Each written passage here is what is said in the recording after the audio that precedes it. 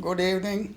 Today is the 10th day of March 2014, and it is an honor to have Tarun with us. Welcome, Tarun. Oh, thank you very much. You're welcome. Thank you very How much. did you first hear of Sri Aurobindo? I heard of him on 5th of December 1950 when I was a little boy of 8, and a neighbor of ours brought a newspaper, Bengali newspaper, showing headlines. Sri Aurobindo, the Mahayogi in Bengali, has left his body. In our house there was an uproar. And then next day, this lady brought again the second newspaper. His body is radiating a spiritual light. Then next day, she brought again the newspaper. Headline, bigger headlines. His body is radiating such a light that the science, it defies all science. Mother of Sri Aurobindo ashram has called a French doctor named Monsieur Barbet to examine his body, because there was much rumor that maybe ashram people have injected formalin in his body, and so the body is remaining intact. Those people, of course, could not see the radiance of light, but the body was intact. Then the newspaper report said that this French doctor, official doctor, examined Sri Aurobindo's body for more than 3 hours with only Champaklal staying with him. And after his examination, he was given full freedom by the mother to examine anywhere and everywhere he liked. He came to the mother and said, "Madame, c'est un miracle. C'est un miracle." And saying this, he went away, and then there continued to be a procession. Sri Aurobindo's body remained intact. All this in the newspaper, day after day, day after day. With photos? With photos and everything. Oh, people, my mother was exclaiming, "Oh, we shall go back to the ashram, we shall go back again." They were coming to the ashram often. My father said, "Not so quickly, not so quickly, hold patience, hold patience." And then came the mother's statement that if that light continues to emit from his body, we shall keep the body in an airless glass cabinet. Unfortunately, on the 9th of morning, newspaper said, it is unfortunate that light has been withdrawn and the body will be laid to rest in a samadhi over the body of Sri Aurobindo in the same place. There was a gloom and dullness in the house. That's how my understanding of Sri Aurobindo came to end. Were your parents both devoted to Sri Aurobindo? Oh, very much. Very much. They were visiting ashram since 1947-48. My grandfather was here in 1925. He looked after the mother. Mother was seriously ill. There's another chapter altogether. Mother was seriously ill, so he was called from his place. How it happened, what happened, that I'll tell you some other time if it is, you think it is relevant. We would like it very much. But Yes. we have time today also, if you like to talk. I will not be able to talk much. Okay, It will be all right. some other day if you like. Certainly, yes. Now, when did you first come to the ashram? On 25th December 1953. It has been, to put it allegorically, a romantic journey, a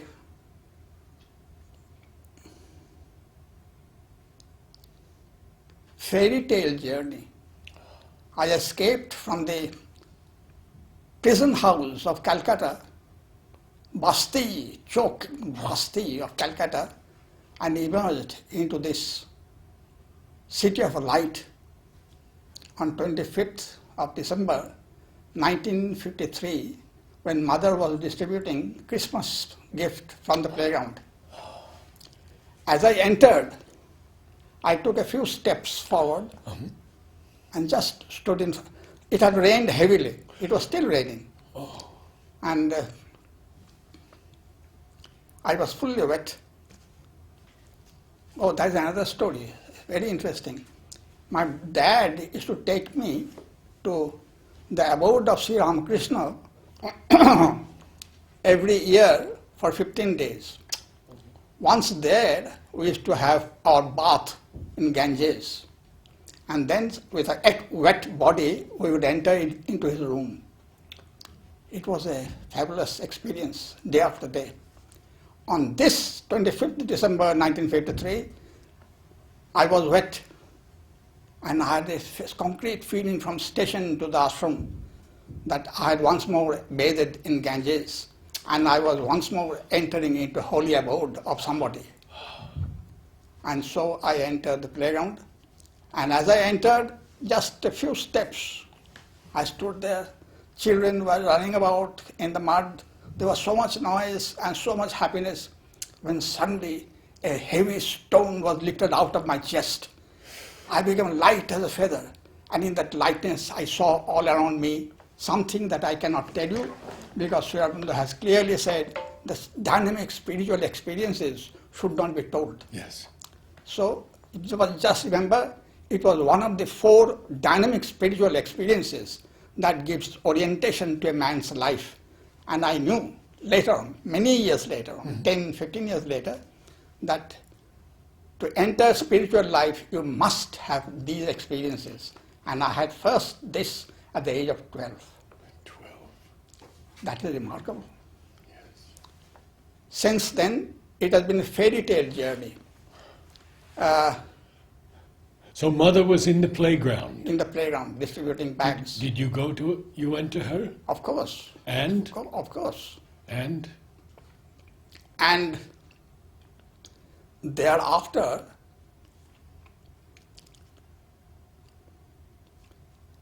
okay, I'll give it some description, some detail.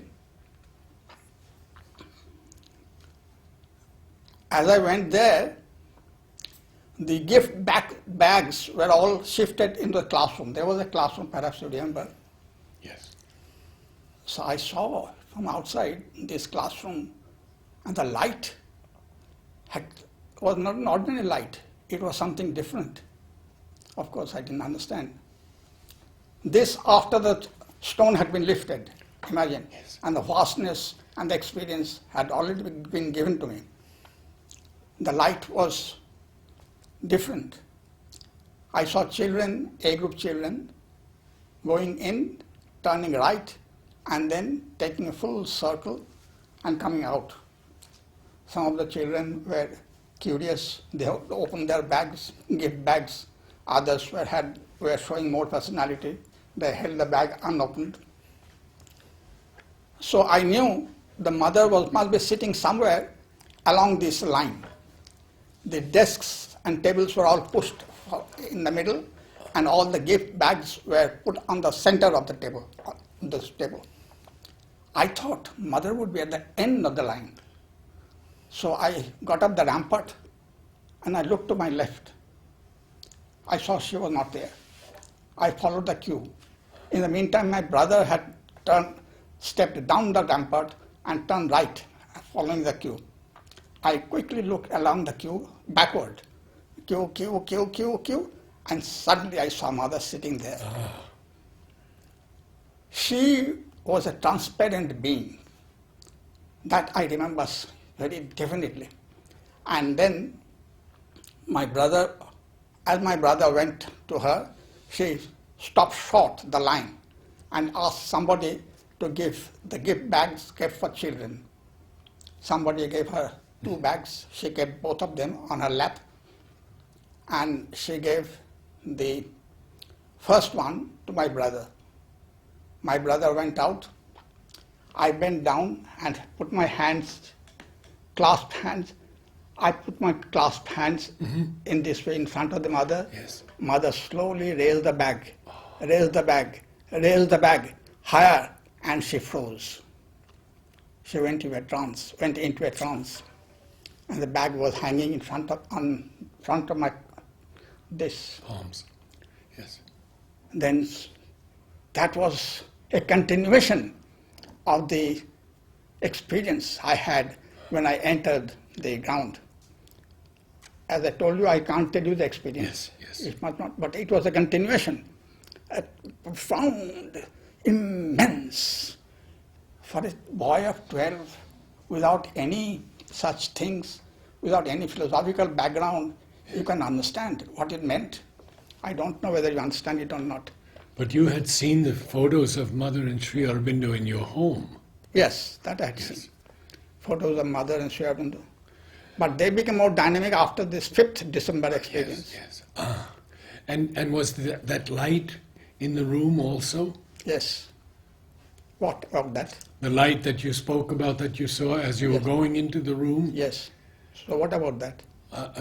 Was it around Mother or was it in the whole room? In the whole room. In the whole room. In the whole room there was the light. I see. Mother held the bag on top of my head, top of my hand, and she went into a trance. And that experience, again and again I'm telling you, I can't tell you the experience, although I'm tempted to give it. Sri Aurobindo has said that there are 4 dynamic spiritual experiences. Only when you have them that you are determined for this, you know that you are determined for the spiritual life, not merely spiritual life, but spiritual life of transformation, of physical transformation. Yes. That was my first dynamic spiritual experience. But determined, as I say, think now, my spiritual life of physical transformation. The 3 other the experiences came later on. Each about 10 years later, in 1962 one, in 1972 another, in 2000 and 2004, 2003, the third one, the more dynamic one. Anyway, back to, and I stood, I froze, Mother froze, and the whole room was living. Then slowly she brought down the bag and gave it to my hand, and the first chapter of my life, spiritual life, started. This was in 1953, on 25th December. Thereafter many things have followed. The main thing with me is the process of transformation. About 30 or 40 years ago, my idea of transformation was completely different from what it is now. At that time, I used to think that transformation will take place suddenly after about a century or 2. I don't think so that now. Transformation as I see it, as I know it from experience, is a progressive process. Is a progressive process. Mother said on 25th September 1957, Je veux vous donner la transformation. Do you all understand French? I don't. You don't? Okay. In English. I want to give you all a transformation in the light. 1957, 25th September. 1958, 16 May, June, August, April. 16 April, she reiterates the same point. I want to give you a birth into new light. This came to me. Mind you, she said is 1957, 1958. I had it first in 1953 on 25th December. And this continues. This, in spiritual event, I don't know whether you have thought over it. It is not a linear process. It is not that. It is not even a global process. I'll give an example, you will understand what is the meaning of this spiritual expansion of life. There was a gentleman here in ashram, you may remember him, his name was Rishabh Chand. Do you know him? Yes. You remember him? I remember his brother more, but I remember him also. I worked with Rishabh Chand a lot. Now, when Rishabh Chand came here in ashram in 1929, he was 29 years old. He was born in 1900. As soon as mother saw him, mother knew that she had seen him in her dream in Paris when she was a girl of 12 or 13 and she used to go up. You remember that image? Yes. And this Rishabh Chand used to come and touch her robe and he used to feel solaced. People have not grasped this point. They say, how is it that mother saw in 1890, let us hope, let us put it roughly. Yes. Rishabh Chand was born in 1900, 10 years after that. And he came to here in 1929, 1929, I think. Yes. And then mother saw, this is the thing I was talking to you about. In spiritual life, it is not this first and this second. They happen, one early, one late, one mixed up with others. It has its own rhythm, own pattern. This is the thing that very few people seem to understand. It is not a linear method.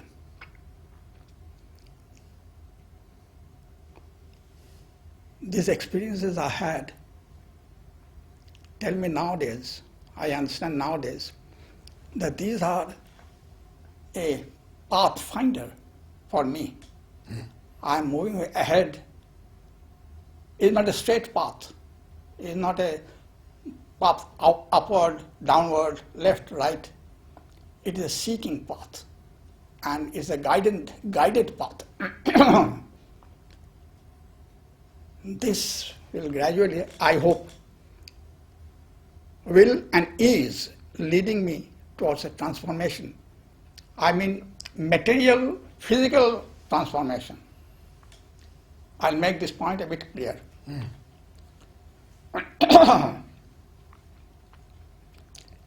On 14th March 1970, mother spoke in detail with Shotprem. I could tell you in French, but he doesn't know this gentleman French, so I'll tell you in English. Yes. She said that yesterday or the day before, I had the most dynamic experience of physical, material transformation. She pinched her skin of the hand. That Shotprem is saying. We can't hear that. It's recorded. You can hear it. Yes. And this physical transformation is now a reality. Shotprem asks her, then why can't we see it? Mother said that this you can see only after a century or two, because it has to be realized in a mass, in a huge group. Only then it will become visible to everybody. This will take time. Now, I was telling you that I believe in transformation, and I believe in this material, physical transformation. It is based on this, that although mother says it will take few centuries, in my opinion, in my idea, it is not that after 2 centuries suddenly the body will change. No, it is a moving process, it's a growing process, it's a growing transformation of the body, which is not visible to common man, but it is visible to some of the ashram people. I need not mention to you the names of the people and what they say, but there's a definite record. I've heard it from them directly, that they have seen the body of some people transformed. Material body. transformed.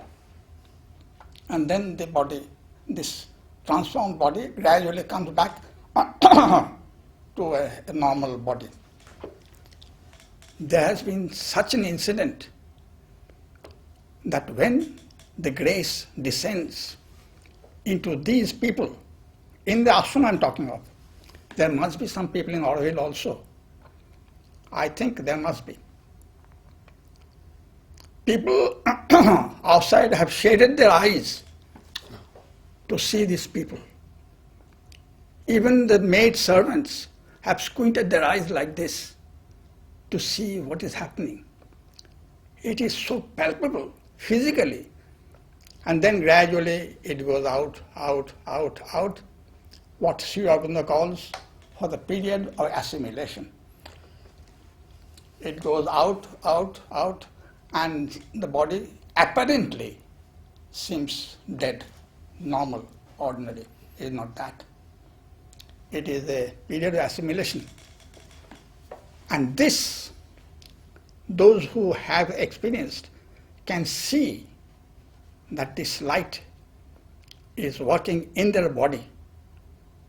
Naturally, more and more dull, they cannot see. Mother has said somewhere that girls and women are more intuitive than men. And it is my experience that there are several women who have observed this phenomenon in some of these sadhaks, though men haven't. You know, I'll give you a funny experience of mine. There is no objection to this experience being told. In those days, on the darshan day, ashram would be locked at 10 o'clock. Our meditation would start at 10. I was preparing myself. I was coming out. It was about, say, 15 to 10 or so. As I was coming out, there was a porcelain, I think porcelain flower vase or porcelain pot which was kept by the side on a fridge, and inadvertently I hit it. It fell on the ground, it broke. I felt extremely hurt, extremely upset. You don't measure these pots, these flower vases by their material values, by the money they cost. But a good, beautiful thing is terrible to lose. I was very much upset. Quickly I brought the dustpan and I shifted and I got ready because time was running out, so I hurried. As I was going out and turned the corner, from the other footpath, a dog was scolding me. How? I suddenly became aware. What is this? This dog is clearly scolding me that how can you go in such wretched condition to the ashram for meditation? I withdrew myself. I became quiet. And as I was just going in, the bell rang and I just sneaked into the room, into the ashram. Yes. And I sat down there itself. And there I had one of the final dynamic experiences. I will only give you the names. I'd crossed the higher mind. I'd entered the illumined mind.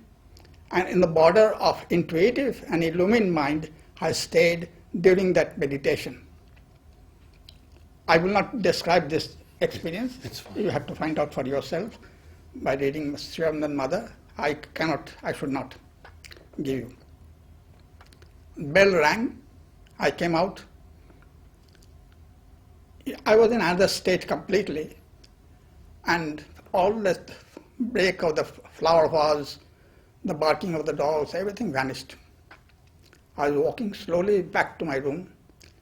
When I came to the same spot where the dog had scolded me, I felt a cold touch on my ankle.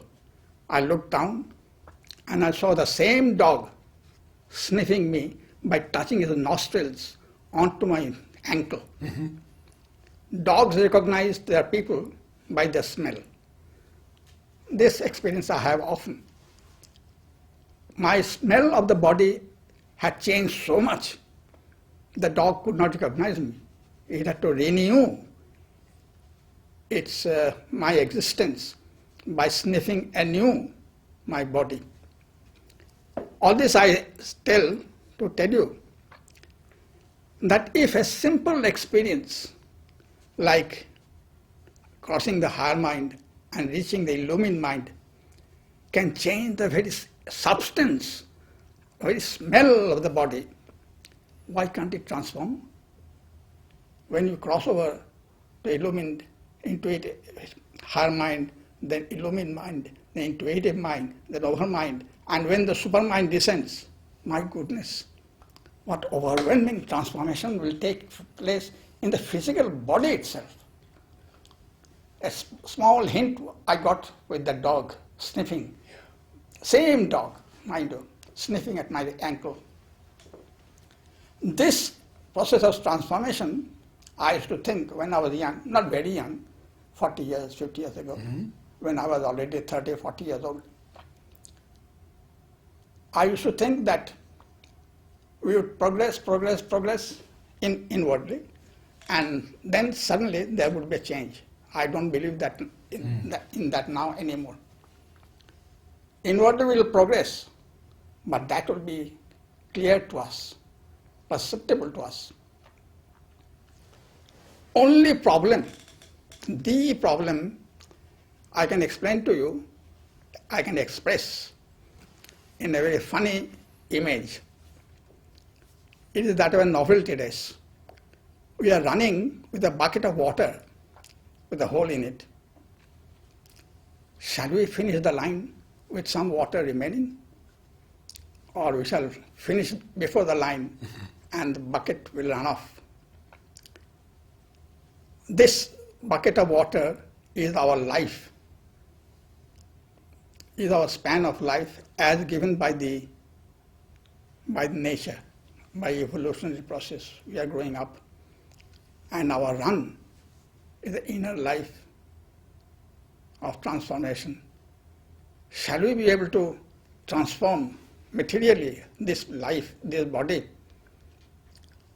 while evolutionary nature still keeps moving forward, or it will win, body will decay and die, and we have to continue the run in the next life?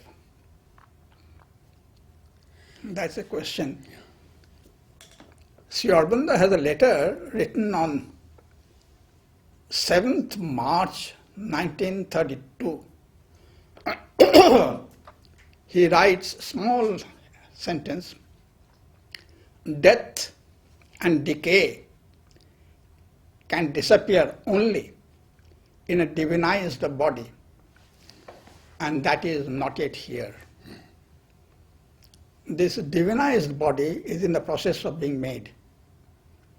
It not happen suddenly, it's happening. It's happening, it's growing.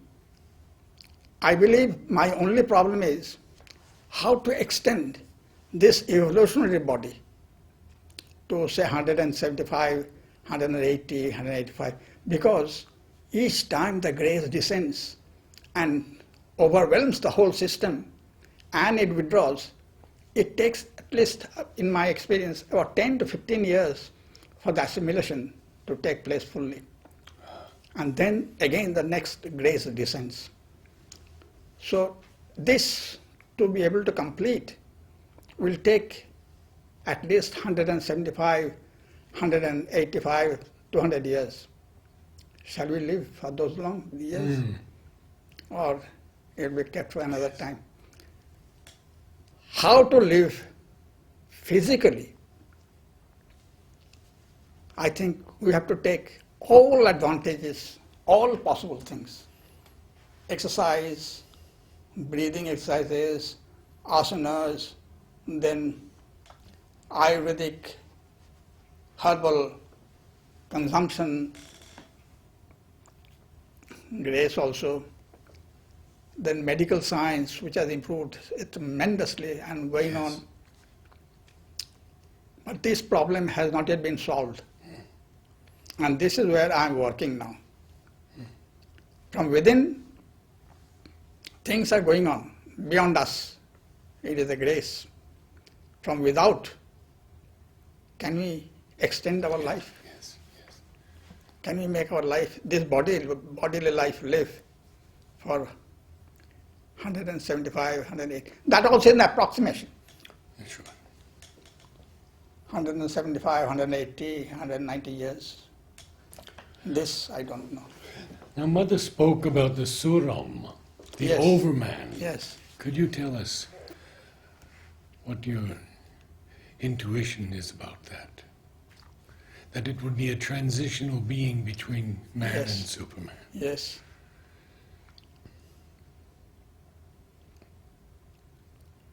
Yes. Sri Aurobindo.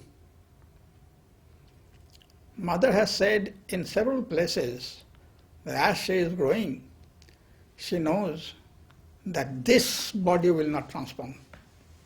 Another body,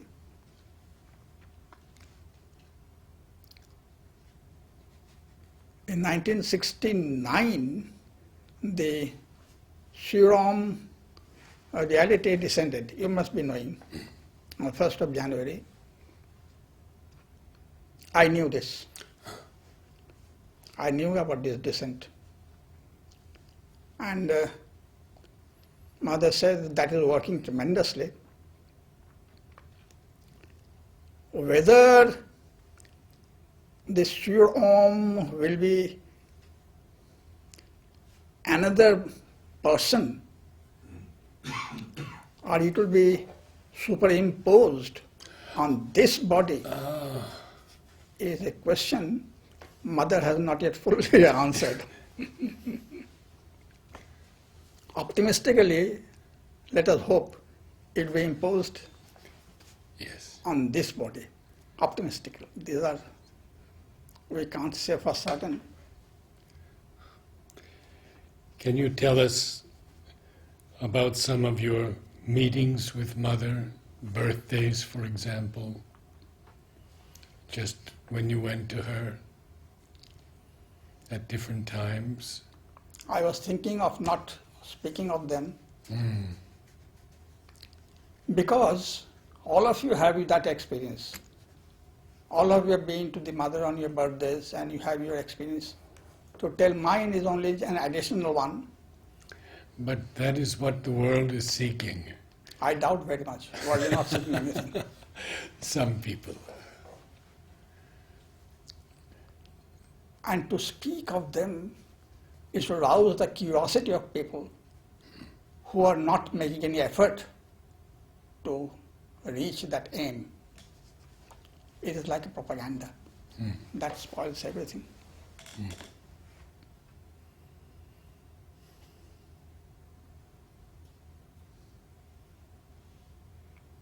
Anyway, I'll tell you my last meeting with the Mother.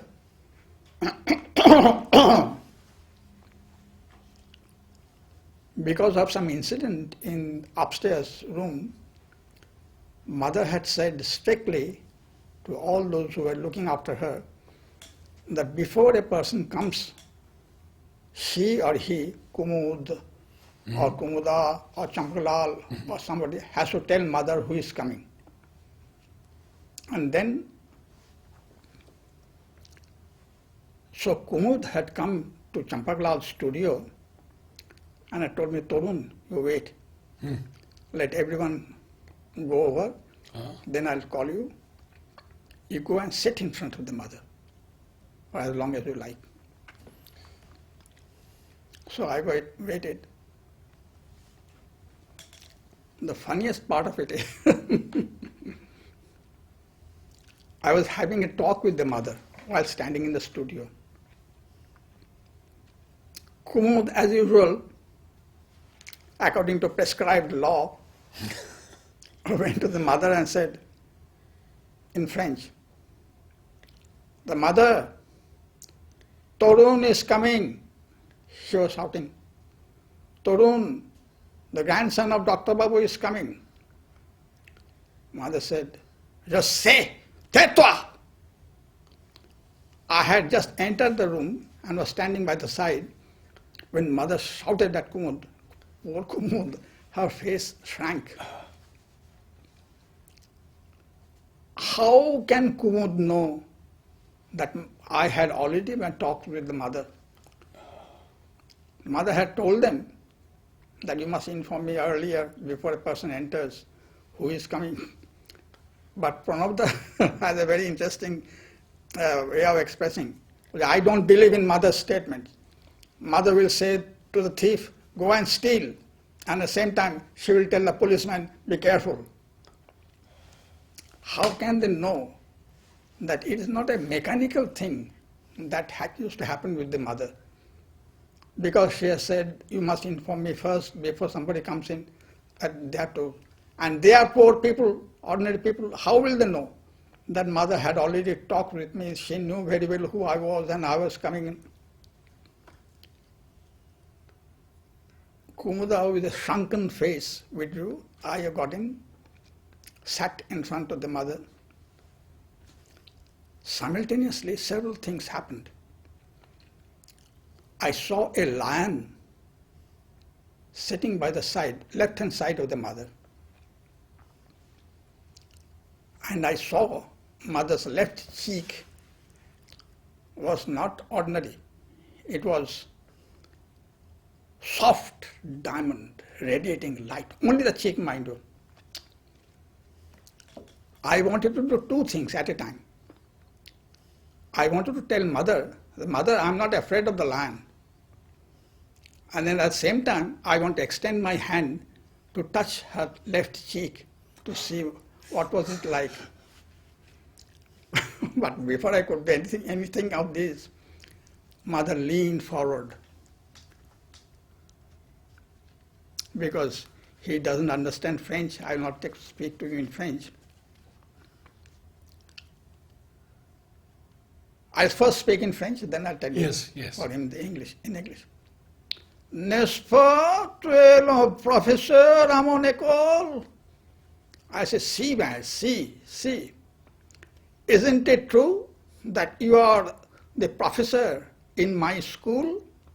I said, yes, mother, oui, si. Si means yes. The lion and mother's cheek, the diamond from mother's cheek vanished.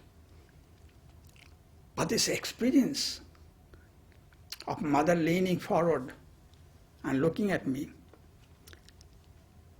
reminded me of a movie we had seen of Walt Disney's Cat Life. There it shows that a jaguar was fighting an anaconda in one of the South American countries. And the commentator was saying, every animal in the kingdom knows that they should not try to tackle an anaconda when it is in water. But this time, the jaguar meant business. We see the anaconda going backward in water, and this jaguar is moving forward. It enters the water. All this time, the female jaguar was licking its paw, sitting. When suddenly, as the jaguar had entered the water, the anaconda put his round its neck. And then the female, these are trick photography. I think the female was in some other place. But anyway, what we saw, as soon as the anaconda went around the male jaguar's neck, it stopped licking the female and looked sharply and got up. When mother came forward to me, I had the same impression. It was the female jaguar that was coming in to join in the fray of the battle, because I was losing the battle. Oh, that experience, my goodness. She knew I would be in trouble. She just ratified, verified whether I was in her school or not.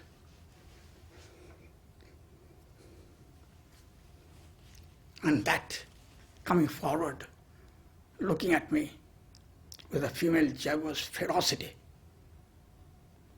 to join in the fray of the battle with her partner.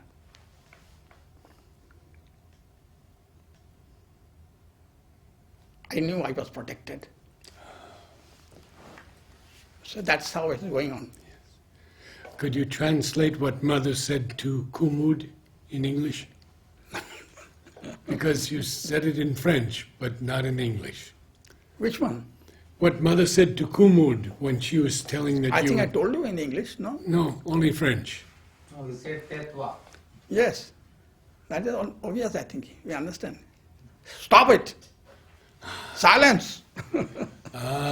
Or get out! Or some such thing. Okay. And she said viciously, tais-toi! Poor Kumud was confounded.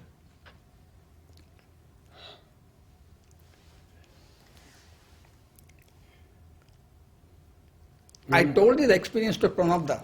Yes. I said, you people, you have been working with the mother bluntly. For you, how will you know? That's why you have these famous statements. The mother will tell the thief to go and steal and will ask the policeman to be on guard. You don't know what is going on between mother and me. The Pranabda said, how can we know? We are not in a position to know what is going on between mother and you. We have to go by mother's instructions.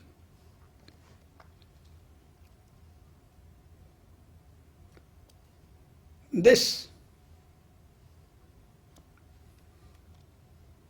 battle is going on. It is hardly our battle. It is their battle. And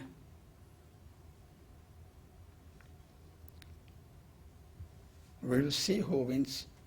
You know, as we go ahead, other than our five senses start working. I'll give an example. Nirodbaran, in the last 6 months of his life, he lived for 102 years. In the last 6 months of his life, he was in coma. About 6 months. During that time, Dr. Datta, in consultation with the trustees, had decided that somebody or other will always remain with Nirodbaran. So, on this occasion, the one I'm going to tell you, it was the duty of a girl. She was sitting in front, by the side of Nirodbaran and was reading a Savitri. Nirodbaran was in coma, eyes closed. She was reading Savitri, ended canto, whatever canto, came to the end of the canto.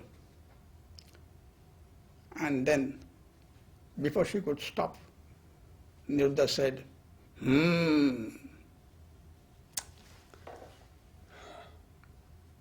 See, another sense develops. Yes. He was non-stop hearing this girl reading Savitri, his favorite book, which Sri Aurobindo has dictated to him.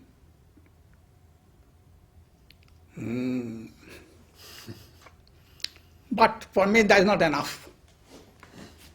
It is not enough that we should be 102, 103, 106, 7 years old and develop a few intuitive capacities. No. It should be physically, materially visible to people. Otherwise, what is this? Living for 102, 3, 4 years and looking as shrunken as the devil as before. I don't believe in that. I don't believe in that type of long life. It should be a long life growing in light. I want to give you a transformation in light. Yes. From 1957 it is going on. Mother is trying. Only yesterday I was thinking that Sri Aurobindo has written in, I think, in Synthesis, that Sri Ramakrishna's body used to glow, used to radiate light. Many people have seen light around Sri Aurobindo. Whether this light emits from the surface of the body or also the inner organs of the body are illumined is a thing I am curious to know about. That is to say, the transformation will take place integrally, including not merely the skin, the surface of the body, but inside the body, all the organs. And are they also illumined? As people see the body radiating light.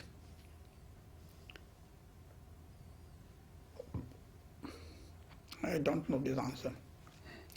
From what mother says, it seems, yes, it is like that. She says that cells of her body are undergoing change.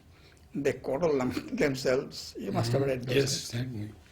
But she said some were already transformed. Yes, Many. yes. She says that we are told in many words of consolation that once you have an experience, it is stored somewhere else, somewhere. It does not leave you. But she says this does not happen with the body. If the body, as soon as we die, that is, the body starts disintegrating, all the acquired power of the body, they Dissipate. disappear. Yes. Now, I have read the account of some people. Mother says they don't disappear immediately, but gradually they dissipate and disappear. I have read account of some people and I believe them. Very many years after mother left her body, this person was sitting when he saw mother coming to him. Closer, closer, closer, very close, and then gradually she turned into light, and that light started entering his body. And he says that there was such joy. Only unfortunately it didn't last for long, naturally not. But this is a... Swami Vivekananda has said one thing which is striking. He says, if you achieve conquest of something, say you have conquered, you are above your anger. But that's all. More than that you could not go in this life. When you leave the body, that conquest of yours is stored up somewhere. So when you take next birth, you take that conquest with you, and you are born without anger. You must have noticed all these vibhutis and avatars are born without at least one of the defects. Sri Aurobindo says, anger was foreign to my nature. Swami Vivekananda says, your letter suggests that I am jealous of your friend's achievement. Therefore, let me tell you, I was born without jealousy, without malice. Oh, Yes. Sri Ramakrishna says, addressing the mother, if sexual desire comes into me, I'm going to dig this knife into my chest. Remember, he wants mother, divine mother. Christ says, hence Satan, I was not born of temptation. So he had conquered temptation. In this way, I don't know about Buddha, what achievement he had, but from these it's clear that these godmen are born with something already conquered. In Savitri, Sri Aurobindo uses self-born force for Savitri and for Ashwapati. Oh, that they are both self-born forces. These are mantric Yes, statement. yes, Self-born force. yes. Yes. He says, adept of the unfailing self-born line of Ashwapati. You were here when Mother left her body. And we walked again and again around the queue, in the queue before her. You were here when they placed her in the samadhi. Unfortunately, no. No? I was not here. I see. I see. But I shall give you a mistake experience of mine.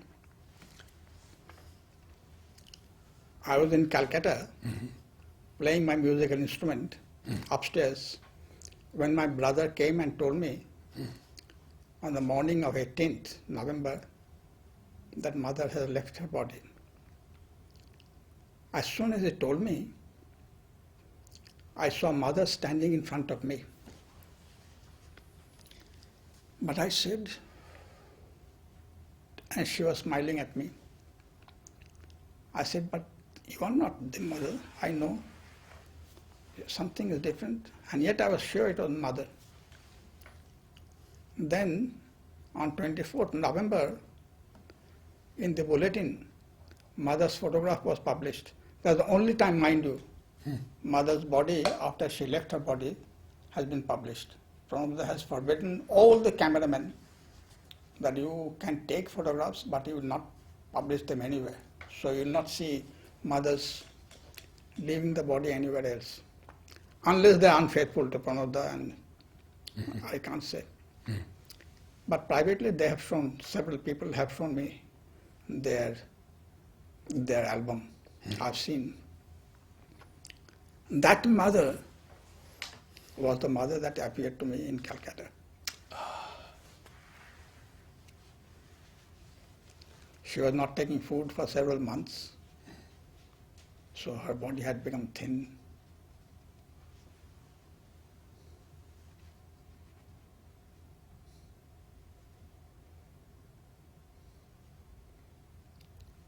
These are historic moments of the world.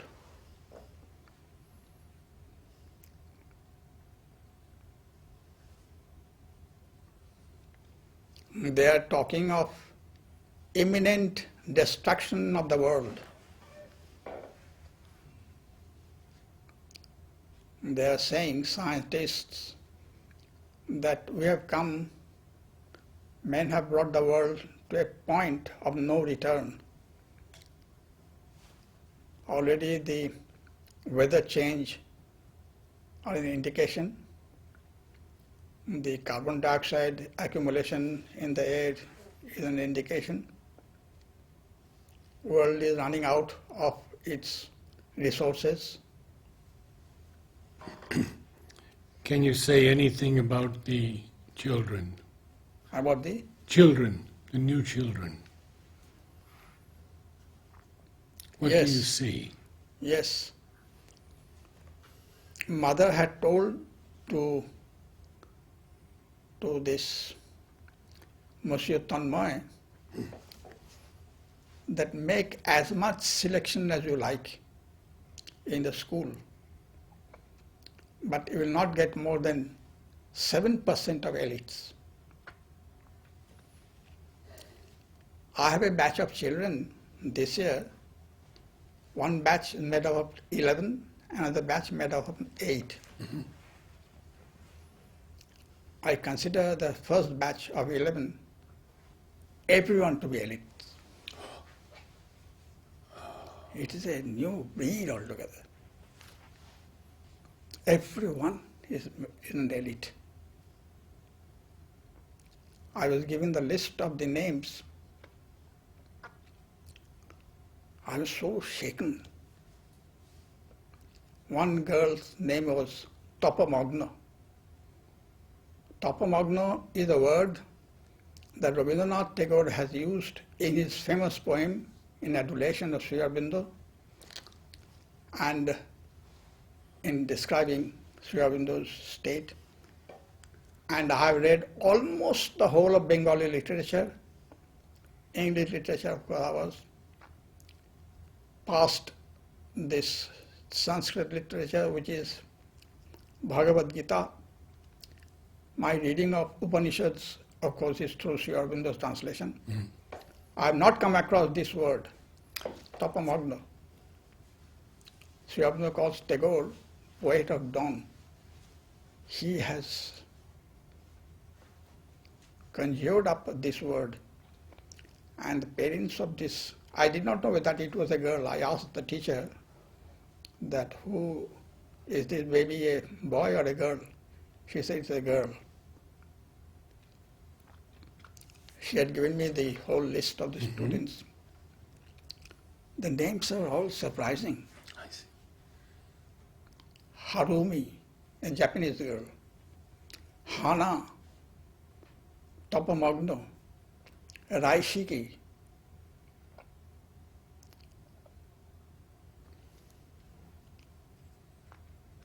Dharini, Akhila, Surya Jyoti. As I was reading the list, something happened in me. Oh my goodness. All the 11 children are absolutely special. All of them are elites.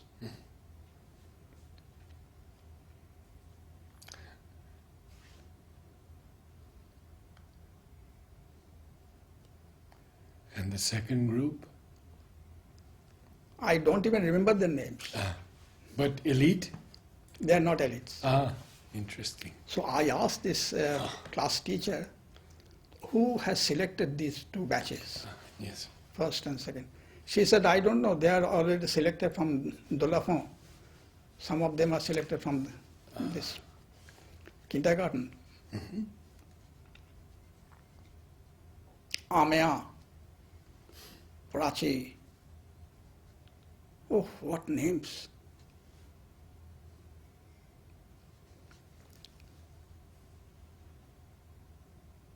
You have to be intuitive to be able to grasp the importance of these children.